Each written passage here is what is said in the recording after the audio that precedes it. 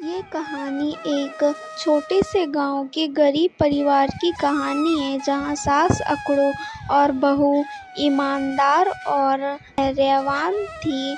उसका पति व्यापार करने के लिए दूर देश गया हुआ था। सास कभी कभी बहू पर गुस्सा करती परंतु धैर्य से काम लेती।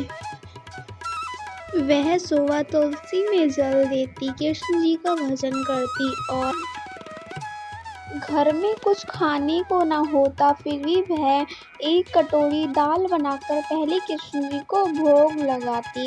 एक दिन वे भोग लगा ही रही थी कि उसकी सास मंदिर में आकर बोली, कौन सा भगवान है जो तेरी दाल खाने आएगा? बहू मुस्कुराकर बोली, माँ जी ये सबका ध्यान रखते हैं, ये जरूर एक दिन मेरी दाल खाने आएंगे। यह सुनकर सास वहां से चली गई। एक दिन द्वार पर छोटा बालक आया और बोला, माँ जी मुझे भूख लगी है, क्या मुझे कुछ खाने को मिलेगा?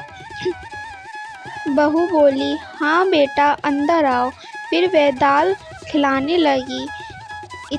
बालक बोला, मैं तेरी श्रद्धा और भक्ति से प्रसन्न हूँ। इतने में बालक अदृश्य हो गया और घर में धन वस्त्र अन्न आ गया। सास बहू से माफी मांगने लगी और कहने लगी कि बहू मैंने तेरे भगवान और तेरी भक्ति का अपमान किया है, इसलिए मुझे माफ कर दो। बहू माफ